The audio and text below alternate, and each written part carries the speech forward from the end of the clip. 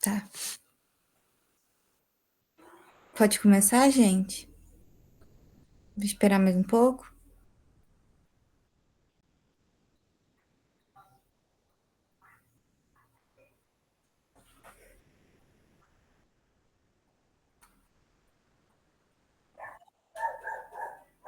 Tá bem, então. Vou esperar 10 minutinhos. Intervalinho, né? Tá bom. Eu vou lá pegar uma água e já volto, tá? Uhum.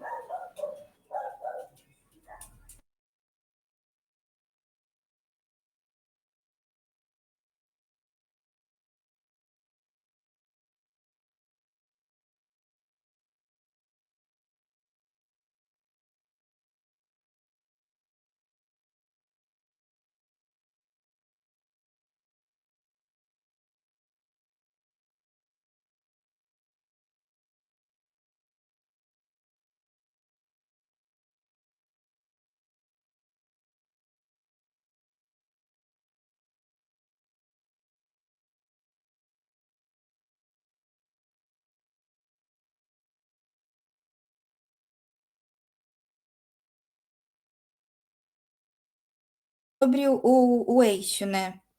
A gente tem a produção do ACTH na hipófise e o ACTH vai estimular a adrenal a produzir os hormônios, cortisol, os androgênios.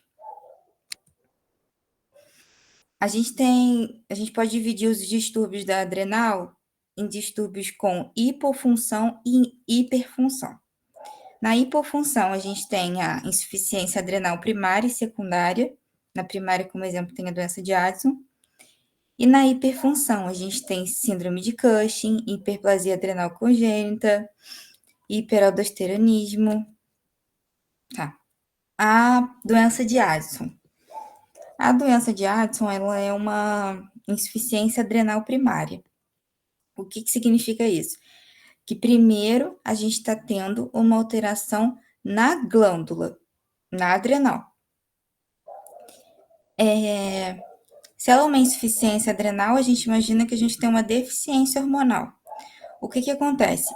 Por algum mecanismo autoinflamatório, tipo adrenalite autoimune, que é a principal causa, ou depois de tuberculose, hanseníase, essas doenças, induzida por remédios,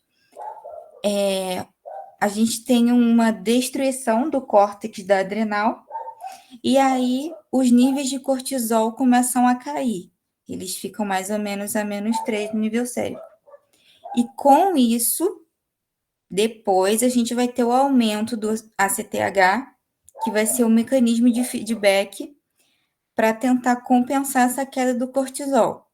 Que aí o ACTH vai chegar a mais de 100. Se a gente pensar em queda do ACTH, um dos achados mais característicos da doença de Addison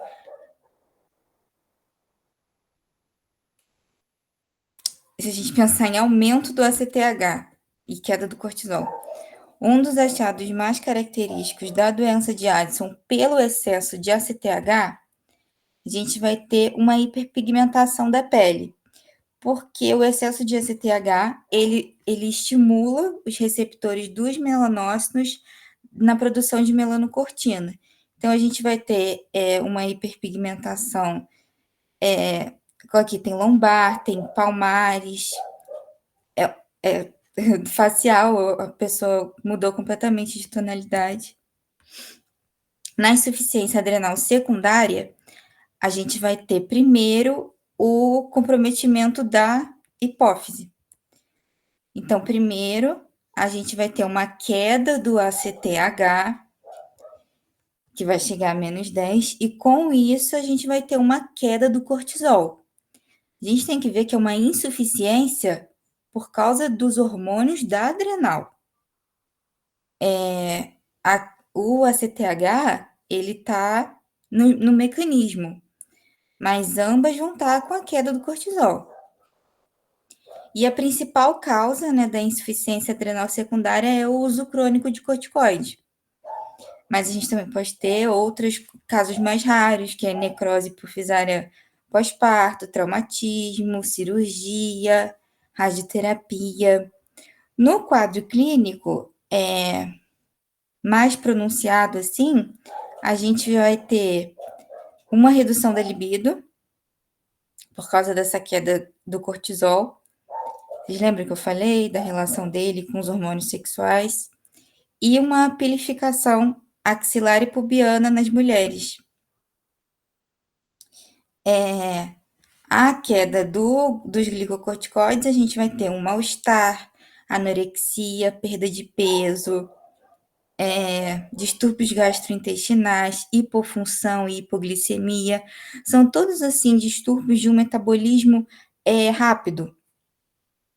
Perda de peso, a gente está tendo muito. Ai. Ai, tá me fugindo a palavra. Eu falei aqui.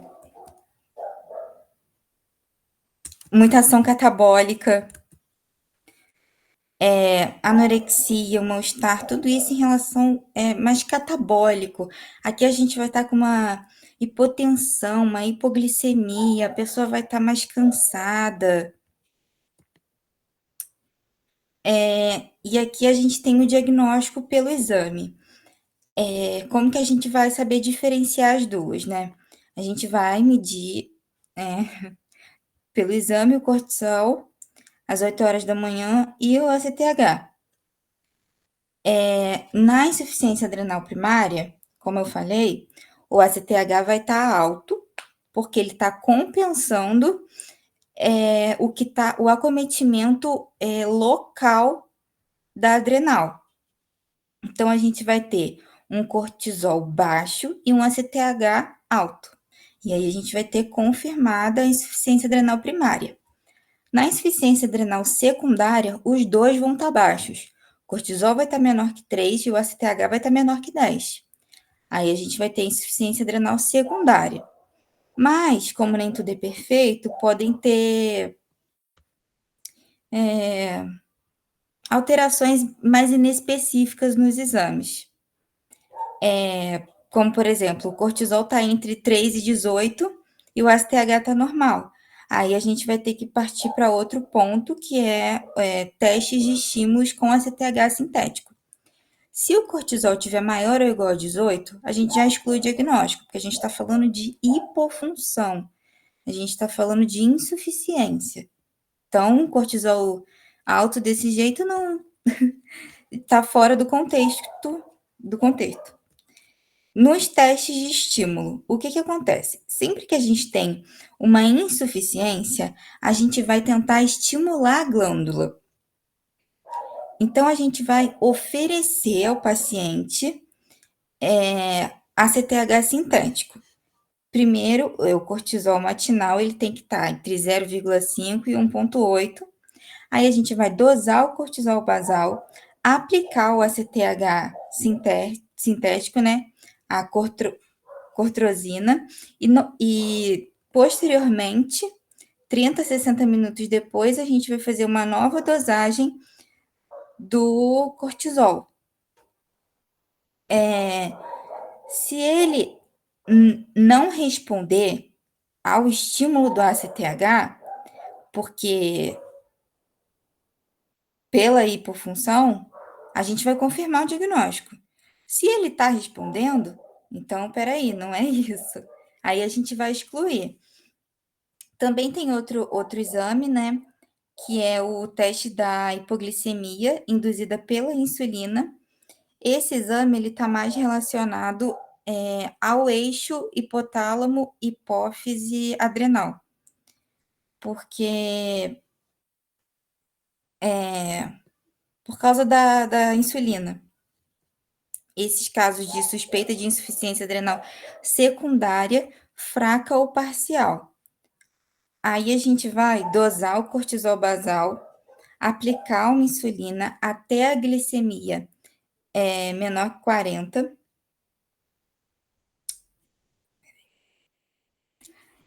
E depois disso a gente vai dosar o cortisol. A mesma coisa. Se ele não está respondendo, se está menor que 18, a gente vai confirmar. Se ele está respondendo, então a gente vai excluir esse diagnóstico. No tratamento, a gente tem a reposição hormonal, porque ele está insuficiente, a gente vai repor. Aí que tem prednisona, 3 a 5 miligramas em 2 doses, hidrocortisona, 10 a 20 miligramas dias, 8 horas, tudo glicocorticoide. Essa aqui, a de hidroepiandrosterona, DEA, ele é melhor para mulheres, nos casos dessa parte de pilificação, aumento de pelo pubiano, barba nas mulheres, o DEA é melhor. E é importante você fazer ajustes, porque em situação de estresse, porque o cortisol está muito ligado ao mecanismo de estresse, do sono, metabolismo do sono também, aí a gente vai duplicar a dose nessa situação e observar a resposta clínica para a eficácia do tratamento. Aqui está, nos casos de insuficiência adrenal secundária por uso crônico de glicocorticoides, a gente vai ter que desmamar os corticoides. E aqui são situações que a gente suspeita disso, é o risco de supressão do eixo. Se uma pessoa faz uso de prednisona numa dose alta, por mais de 3 semanas, que é 20 miligramas por dia no caso, ou 5 miligramas de noite por mais de 3 semanas, se o paciente apresenta estigmas de Cushing, isso tudo é indicativo para a gente desmamar o corticoide.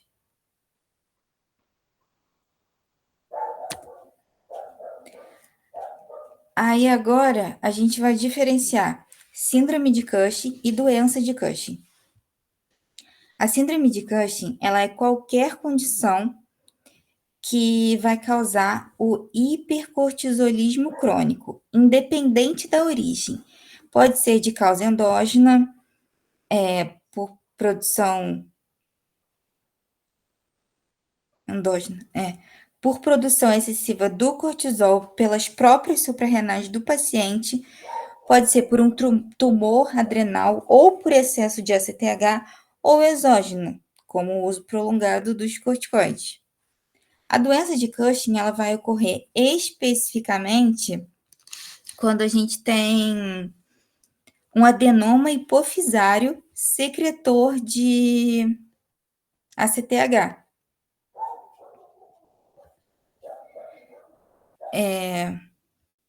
Esse adenoma ele vai estimular as glândulas suprarrenais a produzirem mais cortisol e vai causar os sintomas característicos da síndrome de Cushing.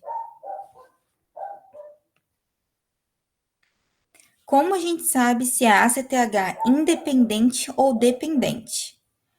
As doenças de ACTH independente e que podem ocasionar a síndrome de Cushing, a gente tem como exemplo adenoma adrenal, carcinoma adrenal, hiperplasia adrenal macronodular, idosos, doença nodular pigmentada primária, mas não foquem nesses nomes, não. É importante você saber se é ACTH independente ou dependente.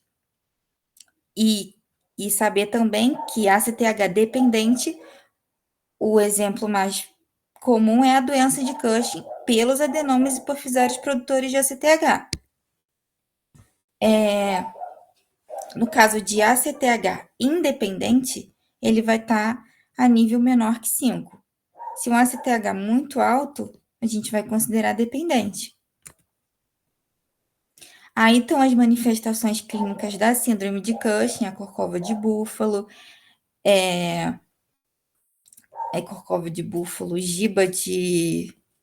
giba de búfalo também, estrias violáceas, acne. Aqui tem um exemplo de acne também. Aqui tem o hirsutismo também. A mulher tem um pelo no rosto. Hematomas, pele fina, Porque nesse caso aqui a gente vai ter muito ACTH. No caso da secundária.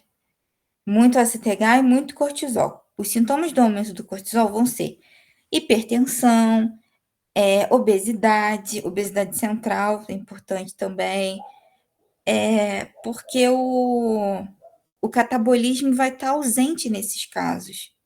Disfunções gonadais, alterações menstruais, diabetes por causa da resistência insulínica. No caso das doenças... só um segundo. Das doenças com excesso, a gente vai realizar os testes de supressão. Os testes de supressão, a gente vai basicamente retirar o que está ocasionando para ver como o paciente reage. Aí a gente tem o overnight test, que eu vou dar 1 miligrama de dexametasona via oral e dosar o cortisol 8 horas da manhã. Se tiver baixo, eu vou excluir. Se tiver alto, eu vou confirmar. Eu tô dando o que ele quer, porque o que acontece é que nesses casos eu ofereço o corticoide exógeno para que haja uma reação com o excesso que ele está tendo no próprio corpo. Então, eu vou estar ofertando a dexametasona e se tiver muito alto, eu vou confirmar. Se tiver baixo, eu vou excluir o diagnóstico. E também tem outros testes, né, de dosagem do cortisol salivar noturno e do cortisol livre urinário. Esse aqui é o overnight, 1 miligrama de dexametasona via oral, 23 horas, e aqui é o Lidl 2. Os dois agem da mesma forma, só que a dosagem e a maneira que eu vou ofertar a dexametasona é diferente.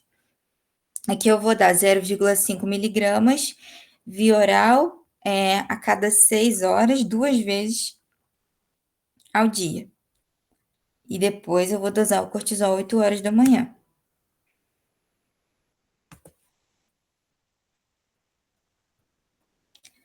Exames de imagem que a gente pode fazer.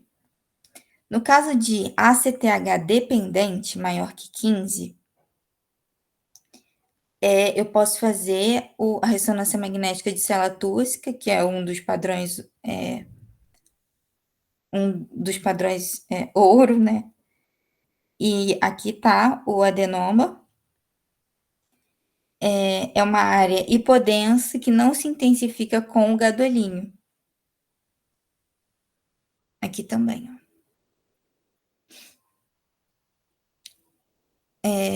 E na hipófise, eu vou fazer a TC de abdômen com maior resolução. Se nódulo com mais de 6 centímetros, mais chance de ser carcinoma. Se menor que 3 centímetros, mais chance de ser adenoma.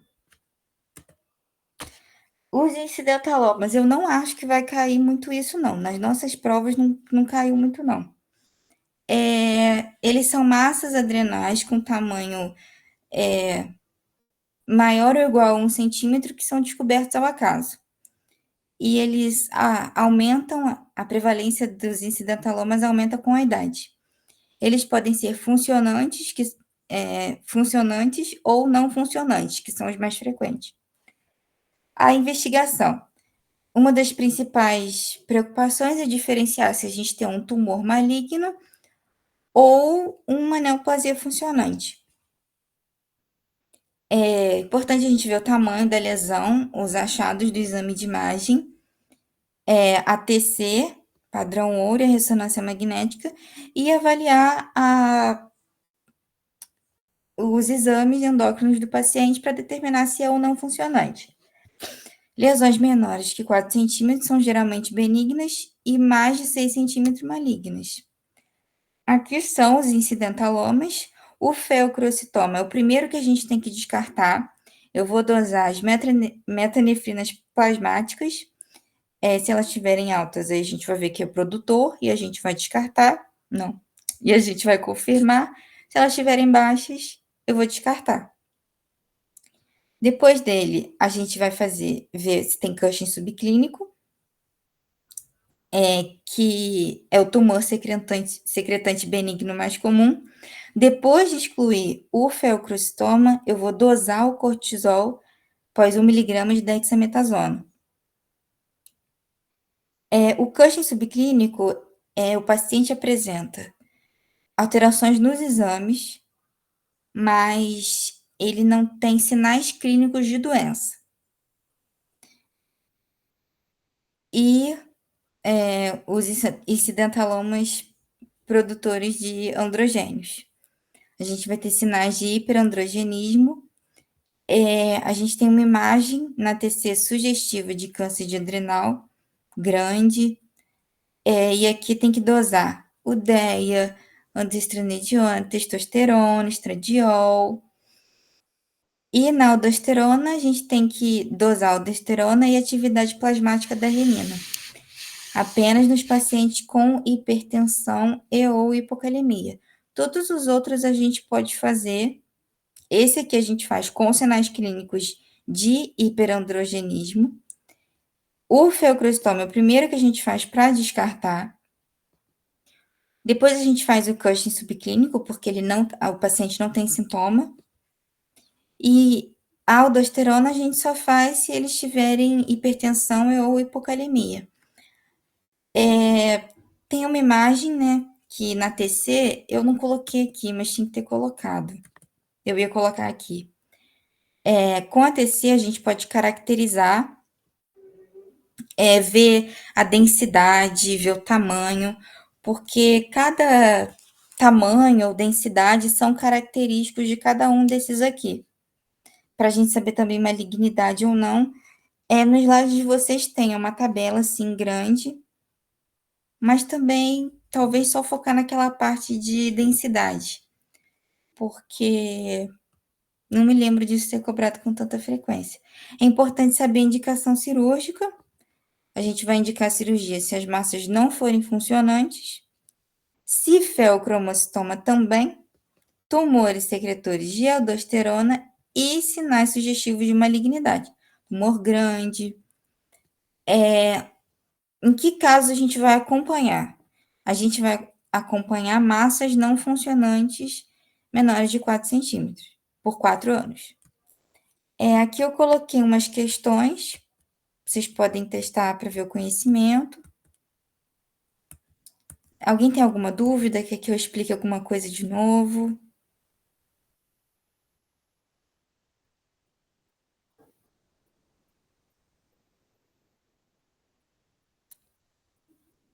Vocês querem fazer as questões aqui agora?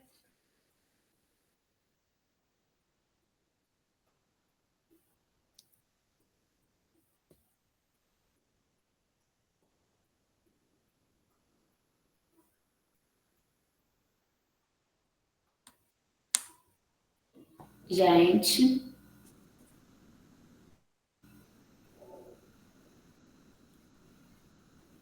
mas você que sabe. Bora. Então tá.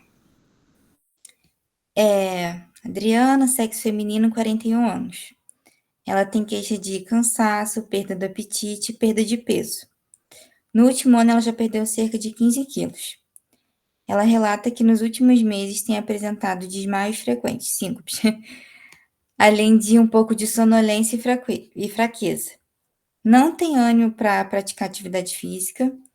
E aí foram solicitados os exames laboratoriais, que mostraram glicose normal, ureia, dentro do valor, creatinina, tá dentro, o sódio, tá dentro, potássio, tá um pouco elevado, pouquíssimo. O cortisol tá baixo, o cortisol está baixo. E o ACTH tá muito alto. Nesse caso aqui, a gente está tendo uma insuficiência porque o cortisol está baixo, adrenal primária, porque o ACTH está tentando compensar. Se é primária, é porque está acontecendo na adrenal. E aí o ACTH está tentando compensar. E aí, qual que é o diagnóstico correto? Insuficiência adrenal primária. Você vê que na deficiência do hormônio, o paciente ele fica cansado, ele perde peso, perde apetite,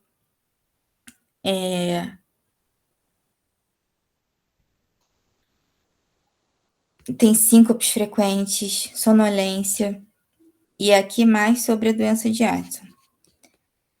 A doença de Addison é uma patologia clínica onde o indivíduo cursa com uma hipofunção da glândula suprarrenal, o que geralmente ocorre quando a gente tem uma destruição do parênquima glandular maior que 90%. Trata-se de uma condição rara e mais prevalente no sexo feminino. Dentre as opções abaixo, qual delas aponta a sua principal etiologia? Infecções virais, doença de Addison? Doença de Addison. Insuficiência adrenal primária. Quando eu falei doença de Addison, o que é um mecanismo pós-tuberculose, um mecanismo autodestrutivo, uma adrenalite autoimune. Pode ter remédio, mas não é o principal. Pode ter. Então, a gente tem que focar mais na tuberculose, sarcoidose, hanseníase, até, por exemplo, histoplasmose, são umas parasitoses diferentes, mas dê enfoque na tuberculose e na adrenalite autoimune. O que a gente tem nas questões? Infecções virais? Uso excessivo de corticoides? Não. Adrenalite autoimune? Trauma físico? Não. Então, tá aqui as respostas: insuficiência adrenal primária e adrenalite autoimune. Agora vem. Mulher, 40 anos, procura atendimento na especialidade de endocrinologia por apresentar dificuldade para perder o peso. Já é o oposto à insuficiência. Então, a gente pode pensar que ela está tendo uma hiperfunção, um excesso de cortisol. Ele relata que sempre foi magro, mas nos 2 últimos anos só vem ganhando peso. Faz dieta de forma adequada, pratica exercícios físicos. Hoje ele está no seu maior peso, 99 quilos. Aí está aqui o IMC, temos uma obesidade.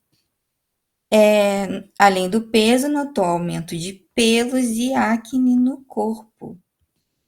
No exame físico, paciente com obesidade central, abdômen globoso e distendido com estrias violáceas na região do abdômen e membros inferiores.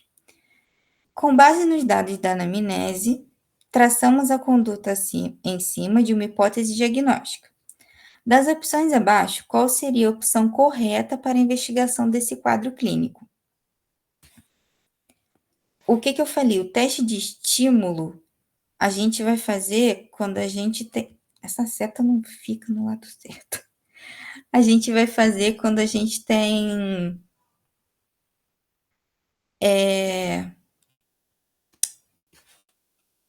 Quando a gente tem.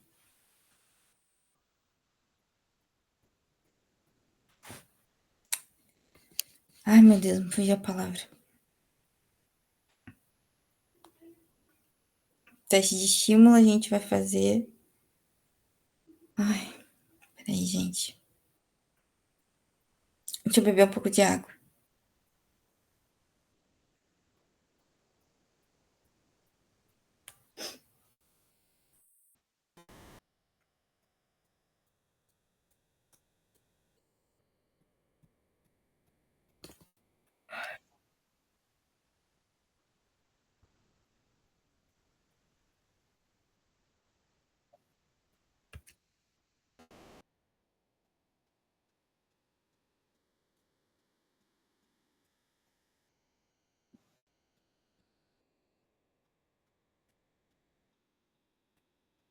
Isso, isso, isso,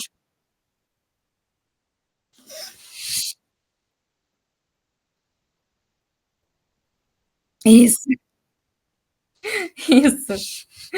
É, quando a gente tá com, ai, insuficiência, a gente vai estimular a glândula, quando a gente vê com excesso, a gente vai suprimir.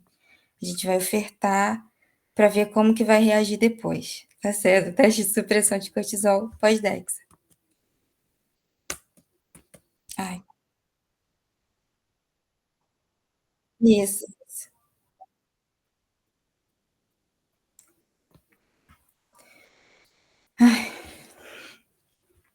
O que nós podemos afirmar sobre o estado de hipercortisolismo? A síndrome de Cushing é uma condição resultante da exposição prolongada a quantidades excessivas de glicocorticoides, apenas por uma produção endógena. Não é. Pode ser por via exógena também. Pode ser por a pessoa estar usando muito corticoide. A síndrome de Cushing iatrogênica ocorre quando o hipercortisolismo se origina da secreção excessiva do ACTH.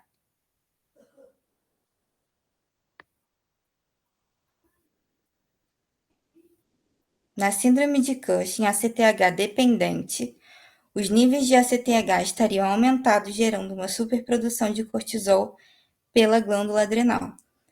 Síndrome de Cushing iatrogênica, não. Aqui, na síndrome de Cushing ACTH dependente, os níveis de ACTH eles vão estar aumentados, porque essa síndrome de Cushing aqui é oriunda da doença de Cushing. E aí a gente vai ter uma superprodução de cortisol pela glândula adrenal. O estado de pseudo-Cushing se referem a certas condições que se manifestam com hipercortisolismo moderado ao grave, com sintomas e sem alteração laboratorial. Aqui não, é o contrário, né? Na pseudo-Cushing a gente não tem sintomas e a gente só tem alteração laboratorial. Ué, toda hora. Ah, acabou. É isso, gente. Alguma dúvida?